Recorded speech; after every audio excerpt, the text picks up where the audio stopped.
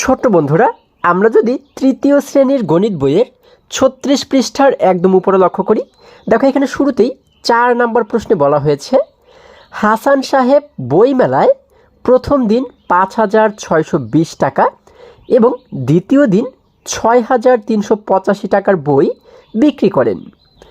দ্বিতীয় দিন তিনি কত টাকার বই বেশি বিক্রি করেন?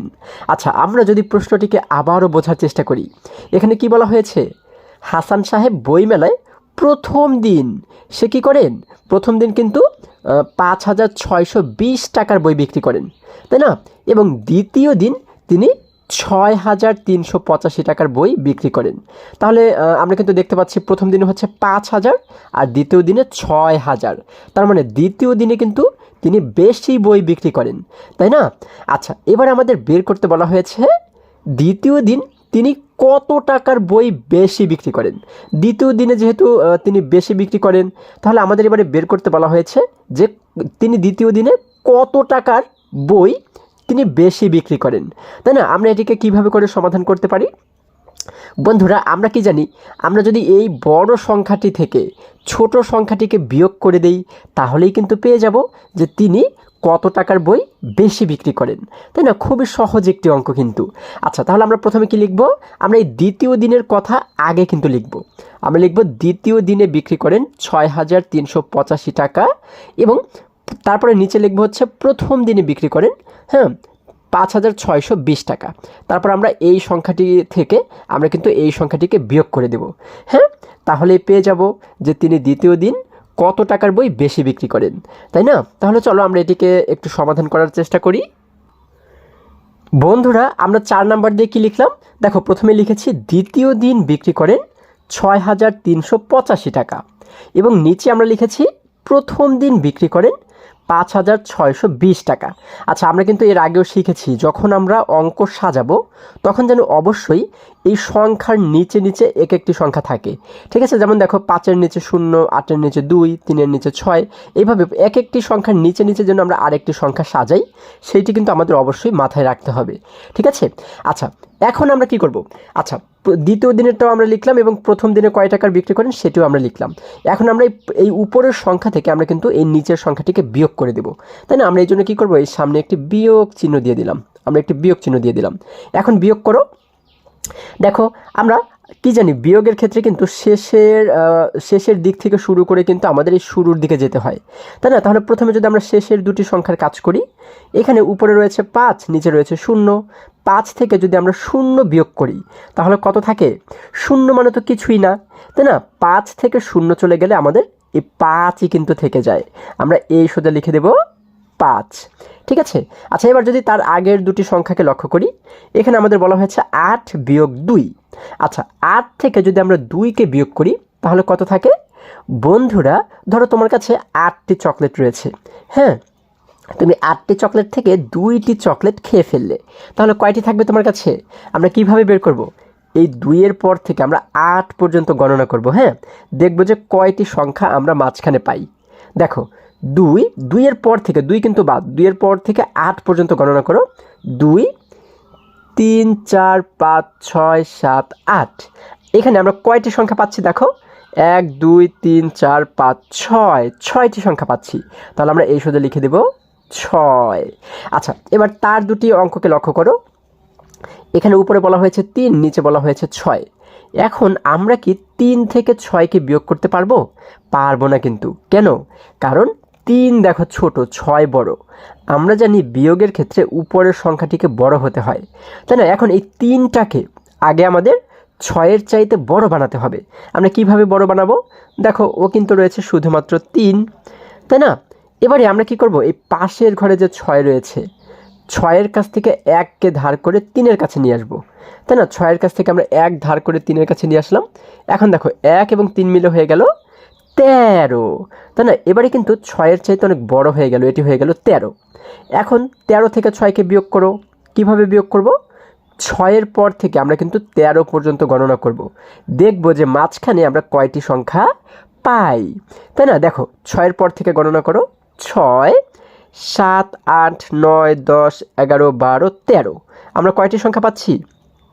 1 2 3 4 5 6 7, 7টি সংখ্যা পাচ্ছি। তাহলে আমরা এইখানে এই সোজা লিখে দিলাম 7।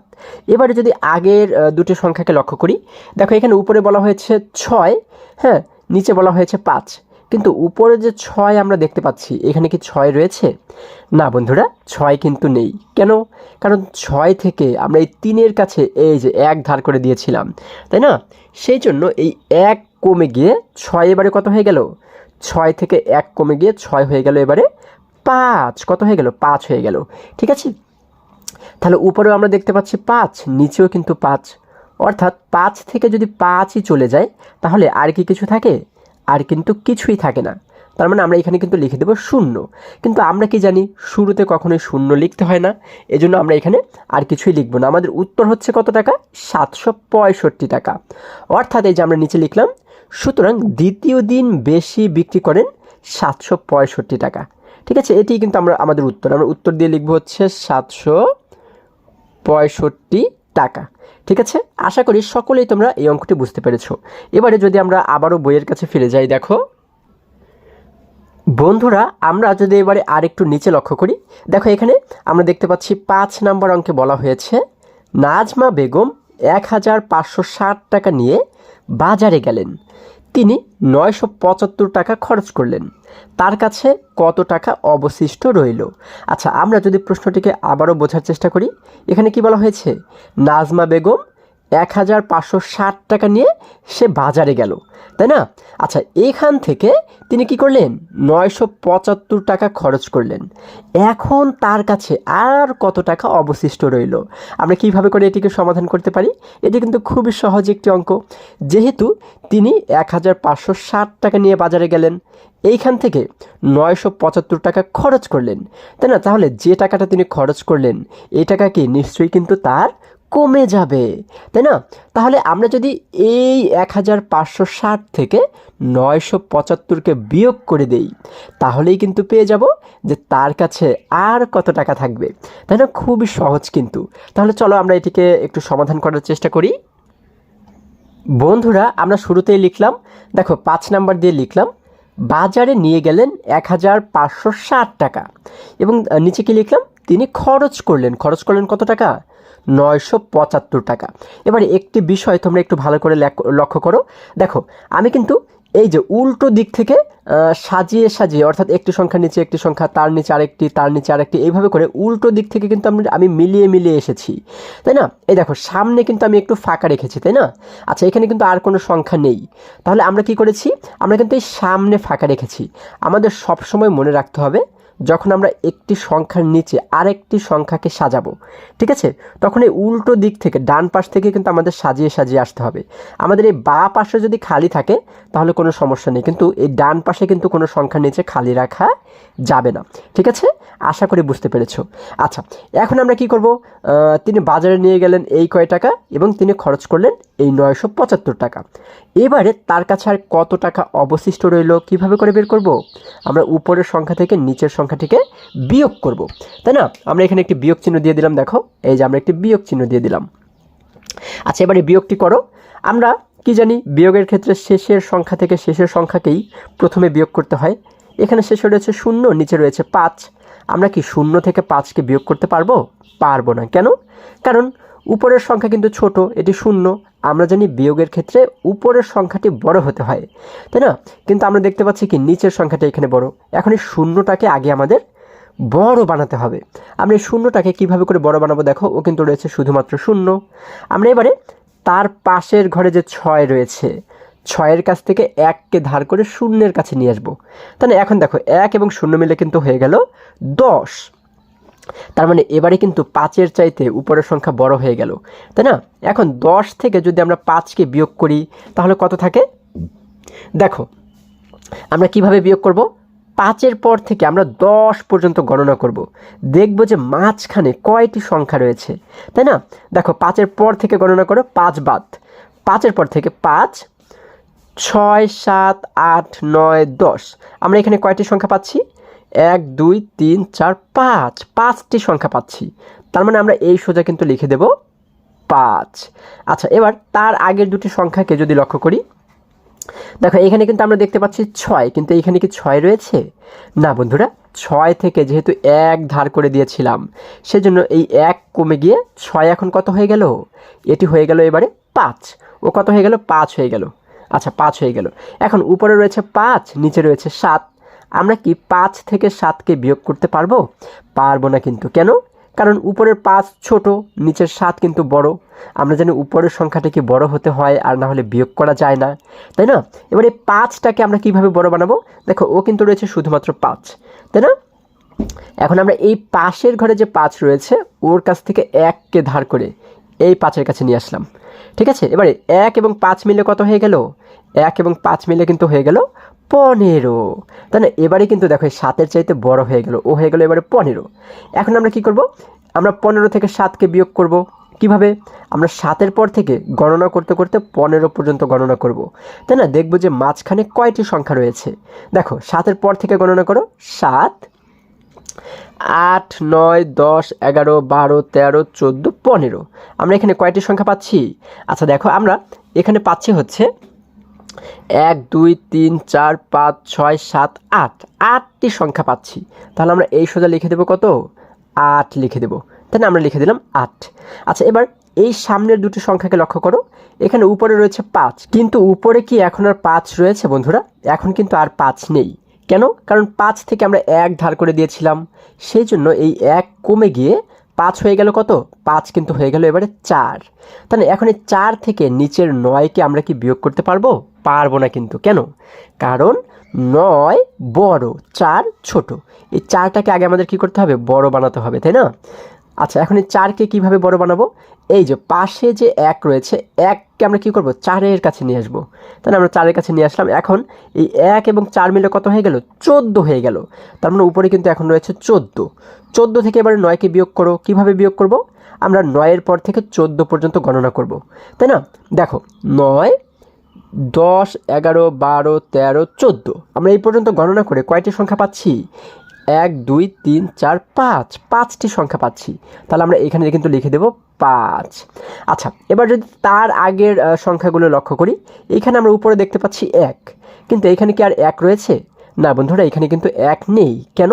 কারণ এই 1টাকেই তো আমরা 5-এর কাছে ধার করে দিয়েছিলাম, সেই জন্য এখানের 1 কমে গিয়ে ও হয়ে গেল 0। তাহলে ও হয়ে গেল উপরে 0 এবং নিচে কিন্তু কিছুই নেই। তাহলে উপরেও 0, নিচেও 0, কিছু নেই মানে কিন্তু 0 ধরতে পারি। তার মানে 0 থেকে 0কে বিয়োগ করলে 0ই হয়। আমরা জানি প্রথমে কখনোই 0 লিখতে হয় না, তাই না? তার মানে আমাদের উত্তর হচ্ছে কত? 585 টাকা। আচ্ছা এটি দ্বারা আমরা কি বুঝতে পারি? এই যে আমরা লিখলাম হচ্ছে সুতরাং অবশিষ্ট রইল হচ্ছে 585 টাকা। ঠিক আছে, এটি আমাদের উত্তর। আমরা উত্তর দিয়ে লিখবো হচ্ছে 500, আমরা কি লিখবো? 585 টাকা। ঠিক আছে, আশা করি সকলেই তোমরা এই অঙ্কটিও খুবই সহজেই বুঝতে পেরেছো। এবারে যদি আমরা আবারও বইয়ের কাছে ফিরে যাই, দেখো বন্ধুরা আমরা যদি এবারে আরেকটু নিচে অর্থাৎ 6 নম্বর অঙ্কটি লক্ষ্য করি, দেখো এখানে 6 নম্বরে বলা হয়েছে রহিম সাহেবের মাসিক আয় 18,550 টাকা এবং মাসিক ব্যয় 17,984 টাকা। তার মাসিক জমা কত? আচ্ছা আমরা যদি প্রশ্নটিকে আবারও বোঝার চেষ্টা করি, এখানে বলা হয়েছে রহিম সাহেবের মাসিক আয়, তার মানে তিনি মাসে আয় করেন হচ্ছে 18,550 টাকা এবং তার মাসিক ব্যয় মানে তিনি এক মাসে ব্যয় করেন হচ্ছে 17,984 টাকা। এবারে আমাদের বের করতে বলা হয়েছে তার মাসিক জমা কত। তাহলে তিনি মাসে কত টাকা জমা করেন আমরা কিভাবে বের করব? তিনি যে টাকা আয় করেন, হ্যাঁ, এই টাকা থেকে আমরা কি করব? যে টাকা তিনি ব্যয় করেন সেই ব্যয়ের টাকাটাকে আমরা বিয়োগ করে দেব। ব্যয় মানে কি? এটি কিন্তু তার খরচ হয়ে যায়, এই টাকাটা কিন্তু তার কাছে আর থাকে না, তাই না? তিনি এটি কিন্তু খরচ করে ফেলেন, আর খরচ করলে কি হয়? বিয়োগ হয়, কমে যায়, তাই না? এজন্য আমরা এই আয় থেকে আমরা এই ব্যয়ের টাকাটাকে বিয়োগ করলে তখন আমরা পেয়ে যাব যে আর কত টাকা তার কাছে থেকে যায়, সেটিই কিন্তু তার মাসিক জমা। ঠিক আছে, তাহলে চলো আমরা 6 নম্বর অঙ্কটি একটু সমাধান করার চেষ্টা করি। বন্ধুরা আমরা লিখলাম, দেখো 6 নম্বর দিয়ে লিখলাম রহিম সাহেবের মাসিক আয় 18,550 টাকা, আর নিচে আমরা লিখলাম তার মাসিক ব্যয় 17,984 টাকা। এই দেখো আবারও তোমাদেরকে বলি, আমরা কিন্তু এই যে প্রত্যেকটি সংখ্যার নিচে নিচে কিন্তু আরেকটি সংখ্যা লিখব। ঠিক আছে, এটি কিন্তু তোমাদের অবশ্যই মনে রাখতে হবে। এখন আমরা কি করব, উপরের সংখ্যা থেকে আমরা নিচের সংখ্যাটিকে বিয়োগ করব। তাই না, আমরা এখানে দেখো একটি বিয়োগ চিহ্ন দিলাম।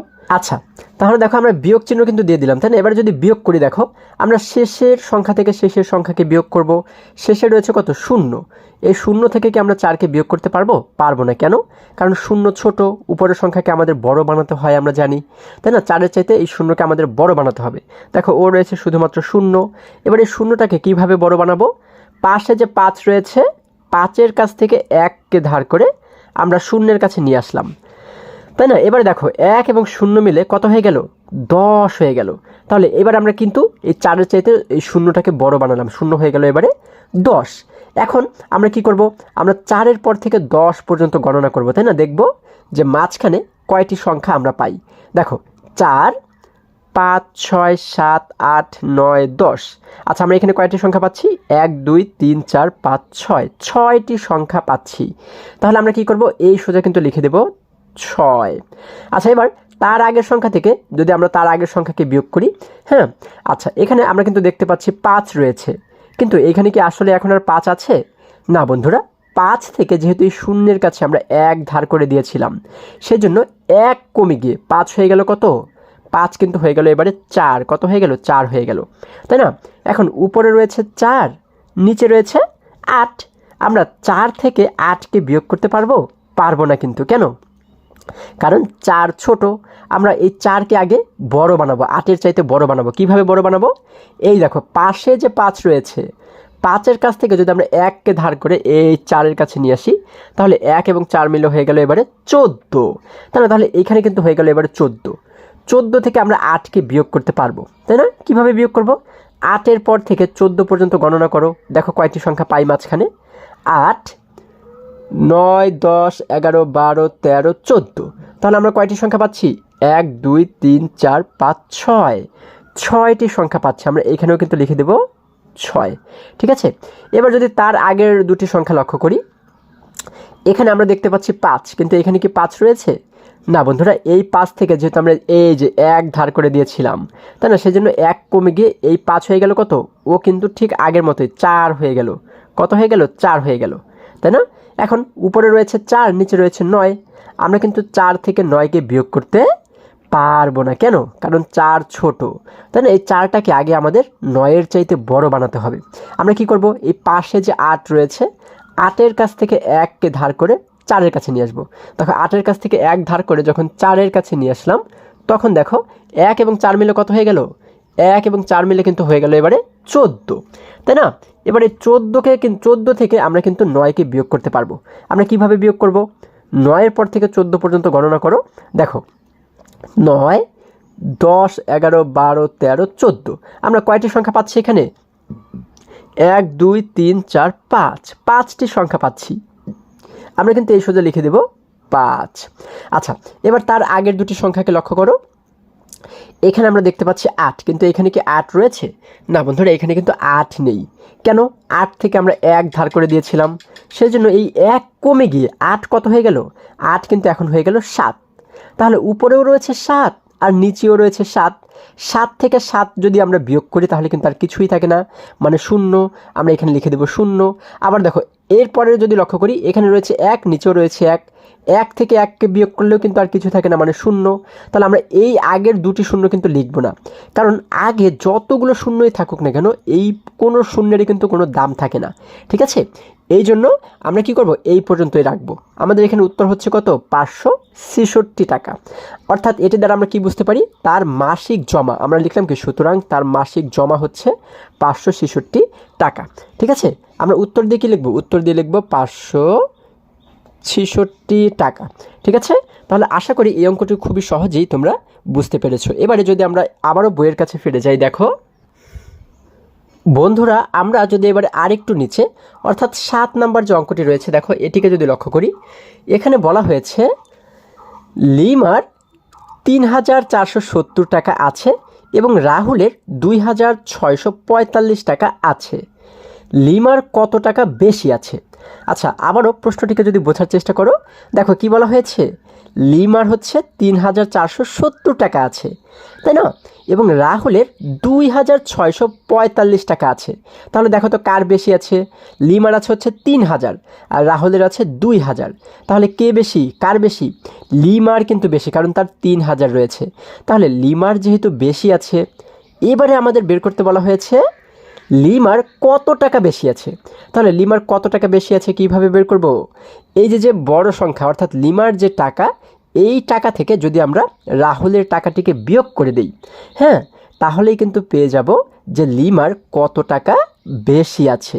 ঠিক আছে, আচ্ছা চলো আমরা এটিকেও একটু সমাধান করার চেষ্টা করি। বন্ধুরা, আমরা 7 নাম্বার দিয়ে লিখলাম লিমার আছে 3,470 টাকা এবং নিচে লিখলাম রাহুলের আছে কত টাকা? 2,645 টাকা, তাই না? এবার আমরা কি করব? এই উপরের সংখ্যা থেকে নিচের সংখ্যাটিকে বিয়োগ করে দেব। এজন্য আমরা এখানে একটি বিয়োগ চিহ্ন দিয়ে দিলাম। আচ্ছা, এবার যদি বিয়োগ করি, দেখো আমরা প্রথমে কি করব? শেষের সংখ্যা থেকে শেষের সংখ্যাটিকে বিয়োগ করব, তাই না? এখানে প্রথমেই উপরে রয়েছে 0, কিন্তু 0 থেকে তো 5কে বিয়োগ করা যাবে না, কারণ 0 ছোট।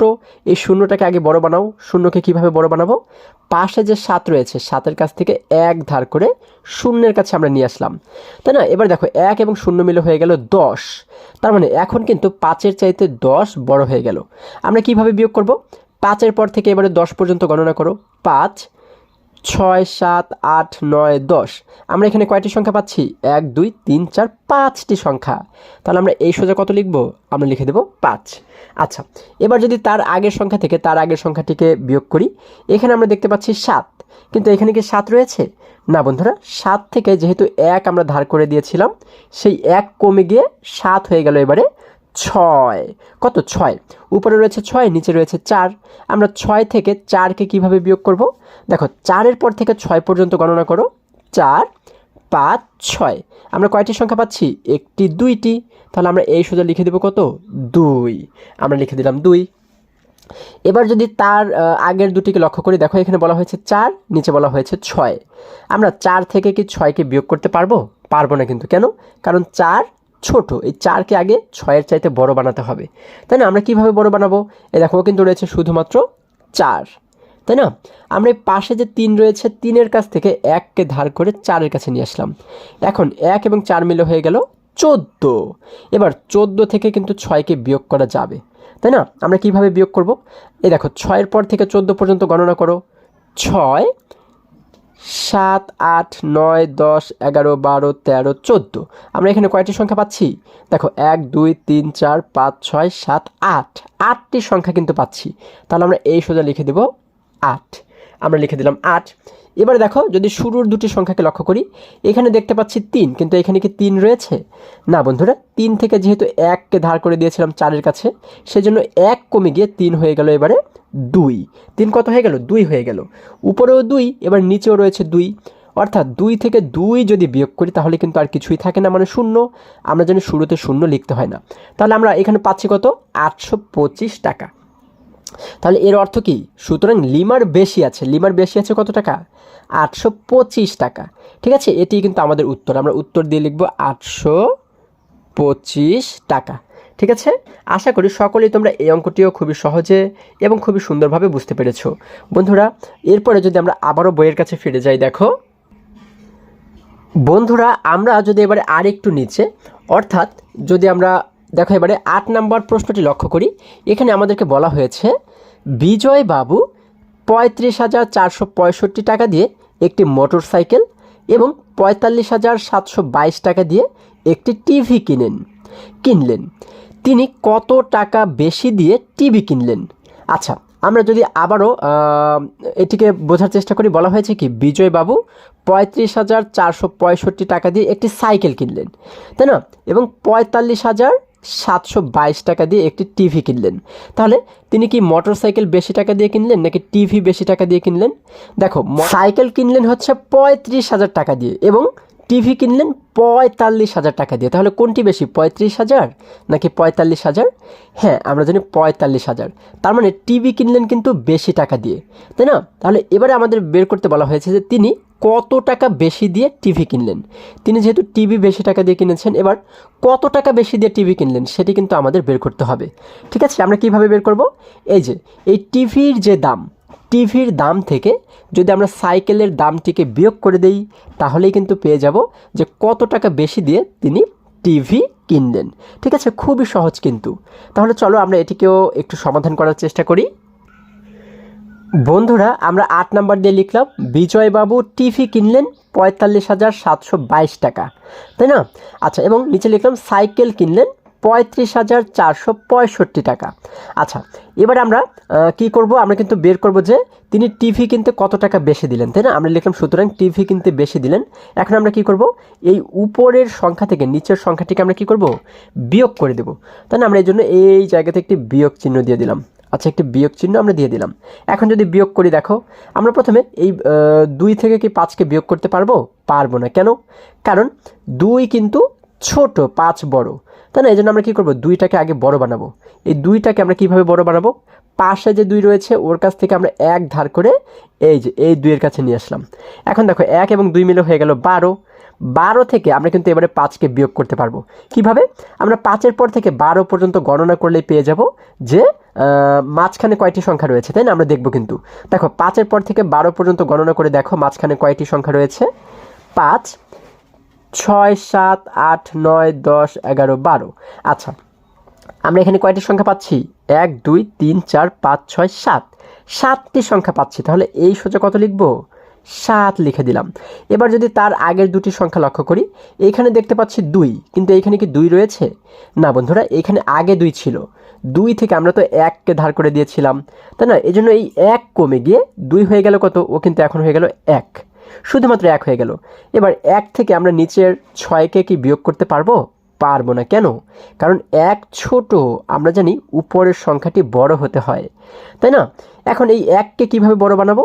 পাশে যে 7 রয়েছে, 7-এর কাছ থেকে আমরা 1 ধার করে এই 1-এর কাছে নিয়ে আসলাম। এখন 1 এবং 1 মিলে হয়ে গেল কত? 11 হয়ে গেল কিন্তু, তাই না? এবার 11 থেকে 6কে বিয়োগ করা যাবে। কিভাবে বিয়োগ করব? আমরা দেখব 6-এর পর থেকে 11 পর্যন্ত গণনা করলে আমরা মাঝখানে কয়টি সংখ্যা পাই, তাই না? দেখো 6-এর পর থেকে গণনা করো। 6, 7, 8, 9, 10, 11। আমরা এখানে কয়টি সংখ্যা পাচ্ছি? 1, 2, 3, 4, 5। 5টি সংখ্যা আমরা পাচ্ছি। আমরা এখানে লিখে দিলাম 5। আচ্ছা, এবারে দেখো যদি তার আগের দুটি সংখ্যা লক্ষ্য করি, এখানে উপরে দেখতে পাচ্ছি 7, কিন্তু এখানে কি 7 রয়েছে?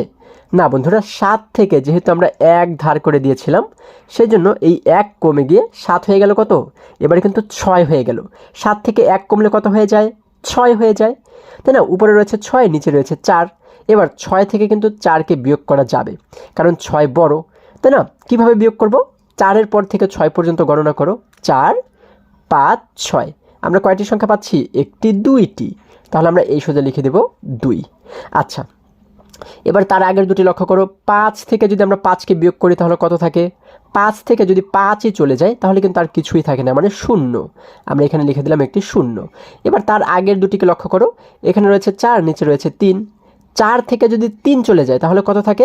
3-এর পর থেকে 4 পর্যন্ত গণনা করো। 3, 4। আমরা মাত্র 1 পাচ্ছি, অর্থাৎ 4 থেকে 3 চলে গেলে আর শুধুমাত্র 1 থাকে। আমরা এখানে লিখে দিলাম 1। তাহলে আমরা কি পাচ্ছি? সুতরাং টিভি কিনতে বেশি দিলেন কত টাকা? আমরা কিন্তু দেখতে পাচ্ছি 10,257 টাকা। ঠিক আছে, এটি হচ্ছে আমাদের উত্তর। আমরা এখানে লিখব 10,257 টাকা। ঠিক আছে, 10,257 টাকা। আচ্ছা, তাহলে আশা করি এখানে আজকের প্রত্যেকটি অঙ্ক তোমরা খুবই সহজে এবং খুবই সুন্দরভাবে বুঝতে পেরেছো। বন্ধুরা, আজকে আমাদের এই পর্যন্তই। আবারও দেখা হবে পরবর্তী ভিডিওতে। আর হ্যাঁ, তোমরা যদি আমার চ্যানেলে নতুন হয়ে থাকো তাহলে এখনই চ্যানেলটি সাবস্ক্রাইব করে পাশে থাকো, যেন আমার যে কোনো ভিডিও আপলোড করার সাথে সাথে খুব সহজেই তোমরা সেটি পেতে পারো। সকলে ভালো থাকো, সুস্থ সবল থাকো, এই কামনা করে শেষ করছি। ধন্যবাদ সকলকে।